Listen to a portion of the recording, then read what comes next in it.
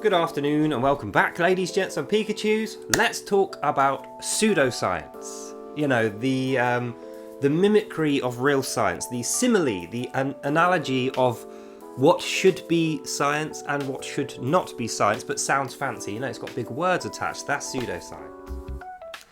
So, one of my friends recently made a claim in his video that light is what everything is made of. Everything, all matter is made of compressed light. That was the claim.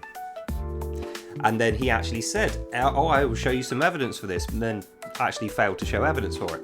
Let's explore with a quick experiment, is this correct? Is matter made of light, and can we test for this? So I have here a light, right? See what happens when I point it at you? Light hits your eyeballs and lights them up, and when I switch the light off, the light that was projecting out of the bulb immediately disappears. Can physical matter immediately disappear? No. So that means the light that's coming out of here, which you can see now, is incandescent photons. It has no mass, it has no volume. It lights up a surface, and the surface is the matter, right? Like that, you see it's lighting up my arm. What's happening there? The surface of my arm, which is solid matter, is absorbing the incandescent photons, and that is causing incandescent light to appear on my arm. But then if I turn this off, the incandescent light disappears. And the light that was coming out of here, which was not a physical solid object, has disappeared because there is no projection of it. There's nothing to project these incandescent photons, and they are not stationary matter. So they just disappear immediately, like within the blink of an eye. At the speed of light, they stop existing. And the reason is, they are not made of physical matter. Light is not made of physical matter. Physical matter is physical matter.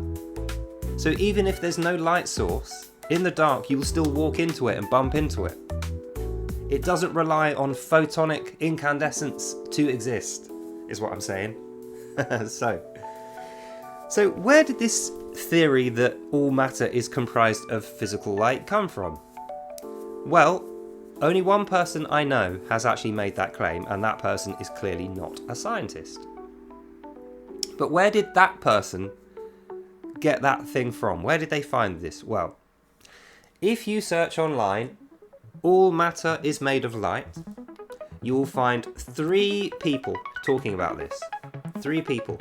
None of them are scientists. 2 out of 3 of them claim to be Christians, but are clearly not because they're just blaspheming. And one of them is an atheist Chinese theoretical scientist from the Brookhaven National Laboratory. Now, you may not have heard of the Brookhaven National Laboratory. The Brookhaven National Laboratory is a scientific laboratory concerned with applied science and chemical synthesis for the purposes of, making benefits for the government, the American government. And it's a good lab. A lot of the people that work there are very clever people. The person whose original research has been bastardized into this thing about light making up matter is Dr. Xu. Now, Dr. Xu, in her own thesis, makes clear what that research is, and she doesn't say all matter is made of light at all. In fact, the only time in her entire 50-page thesis where this is even mentioned is during an experiment in a visualization chamber. That means a simulated chamber in a piece of software on a computer. There's no real experimentation behind it. And the reason is because obviously when you're trying to observe a particle of light, a single photon, when you light it up to look at it, it is no longer there because the photons of light that you are shining on it are more incandescent than a single particle photon. So it means you now cannot see that photon because the light you shined on it in order to see it is stronger than it. And a single photon particle emits a tiny bit of light, but not enough for you to see, which is why you cannot see a photon particle. It's impossible. We cannot detect a single photon particle. It just doesn't happen. So therefore we know a photon particle is not a solid object. It has no mass, no volume. If you went like this, your hand would go through it and it would go through your hand. It is not a physical thing. And Dr. Xu demonstrates this in her entire thesis, which is very long and boring. So how do we get from there to making the claim that all light is what matter is made of? All matter is made of light. Well, we use, incorrectly, blasphemously, a Bible verse, Bible quotes. We say, Jesus says, I am the light. Jesus says, all things come into being through me. Jesus says, light is there at the creation. You know, if you read the Bible, these kind of things can be said. So then if you take those verses and you take the incorrect thesis of Dr. Xu work and you Frankenstein stitch them together with a bolt through the head, then you can say all matter is made of light, but you will not be able to show evidence for it. You will not, because there is no evidence. Like I showed you, light is an incandescent field of photons. Photons have no mass and no volume. And they are not stationary matter. They are not stationary particles, as this person will claim. And we know that because if they were stationary particles, when I did this, they would stay on my face when I turned the light off. And I'd be able to pick them up and say, here you go, here's your stationary light particles that made up matter. But we do not see that. So, claim number 1. Is all matter made of stationary frozen light? False. Absolutely no, it is not. Can condensed light matter travel time? This is the second claim this person makes. This person says, since all matter is made of light, and light can travel at the speed of light, but through a vacuum it travels faster or slower depending on the volume of the vacuum, despite the fact that this is theoretical, it actually still travels at the speed of light, that means you can use light to travel backwards and forwards in time. Is this substantiated with evidence? No, it is not. If light can travel backwards in time, how is it considered to be light? Because if you think about it, if it's travelling backwards in time, you won't be able to see it, will you? Unless your eyes can see things that are happening in the past. Unless you can have a vision of the past, that thing that's now travelled back in time is invisible to you in this time. Likewise, how can you travel forwards in time when time is a linear process which describes us being alive? There is no future yet. We are now, and we have a past which we can describe. But these are superstates, they don't exist. The past no longer exists. The future does not exist. Only now, only the moment of now exists, with all the matter and light we can see contained within it. So how could you travel forward in time when that place doesn't exist? Theoretically, it doesn't even work. But this guy said he could show evidence for it. So what is the evidence that light can travel backwards and forwards in time? Again, he refers to the Bible, and he spits out a load of Bible quotes, and uses these Bible quotes to superimpose this theory that because Bible, light can travel forward in time. It's not evidence. It doesn't show you that. It doesn't show you that there is a predetermined future which you can travel into. It says the opposite of that. It does not show you that there is a past event you can go and change by travelling there. Because think about it, if you send a beam of light back into the past, and that beam of light arrives in the past, you have changed the past. You have then changed history, and that means from that point onwards, your now wouldn't exist. So you've destroyed creation by doing that. Hence why we know it's blasphemy. And then the third claim, and the most ridiculous claim I think, is God used this process in order to create all matter. Therefore, the creation process that God used, the miracle of creation, is now no longer miraculous. It's now just a mundane science process that we can show in a visualized lab concept we can use an experiment to create. And this is my point. Guys that say these things that have absolutely no understanding of the science, they haven't bothered to do the research, or they just plain and simple don't understand it. They have not looked at the maths, which would demonstrate that this is not workable. Just looking at the maths, you know it isn't. You have to have even states in science, because we believe in relativity. Relativity means energy is never created nor destroyed, it can only be converted.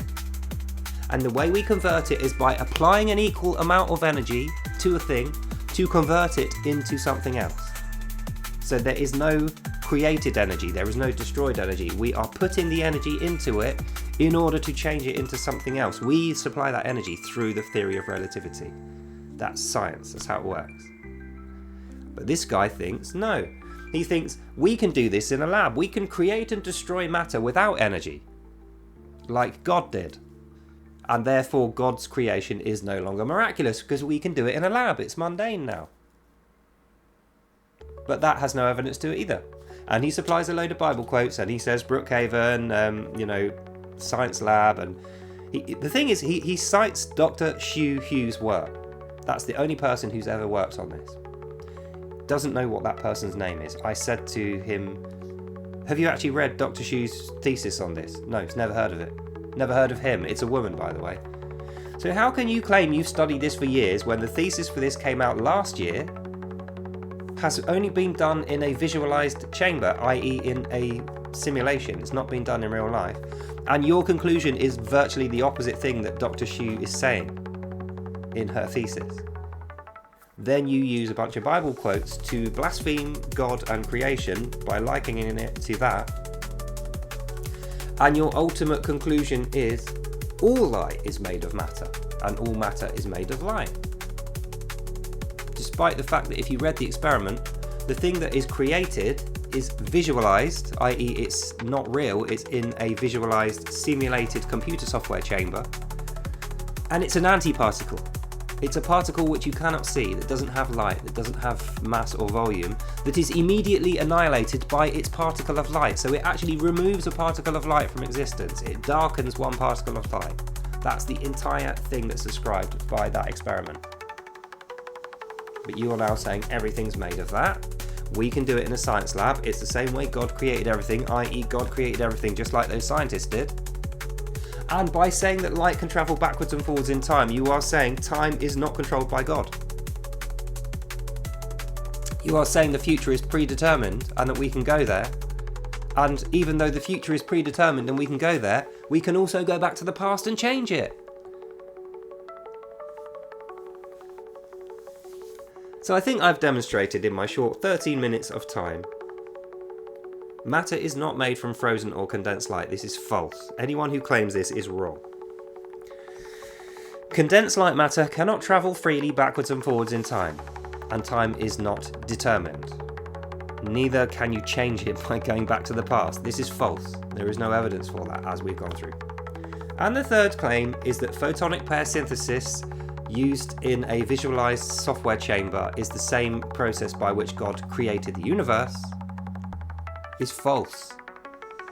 So anyone who is saying these things is a propagandist who is blaspheming, speaking out against our Lord. And I think anyone who has any sense in their head will totally avoid the people and the work that suggest these things to be true. And if they are claiming evidence, but then they don't show you the evidence, then you know this person is a propagandist and should be ignored. So, that's the end of this video. Hope you enjoyed that and you learned something. God bless you all. And I'll see you, lovely people, in the next one. Bye now. Christians will rightly be up in arms about this clear blasphemy. However, Muslims will rejoice because this is exactly in line with what Allah claims in the Quran. So avoid that. Anyway, that's all for now. God bless you all. Have a lovely day and I'll see you in the next one.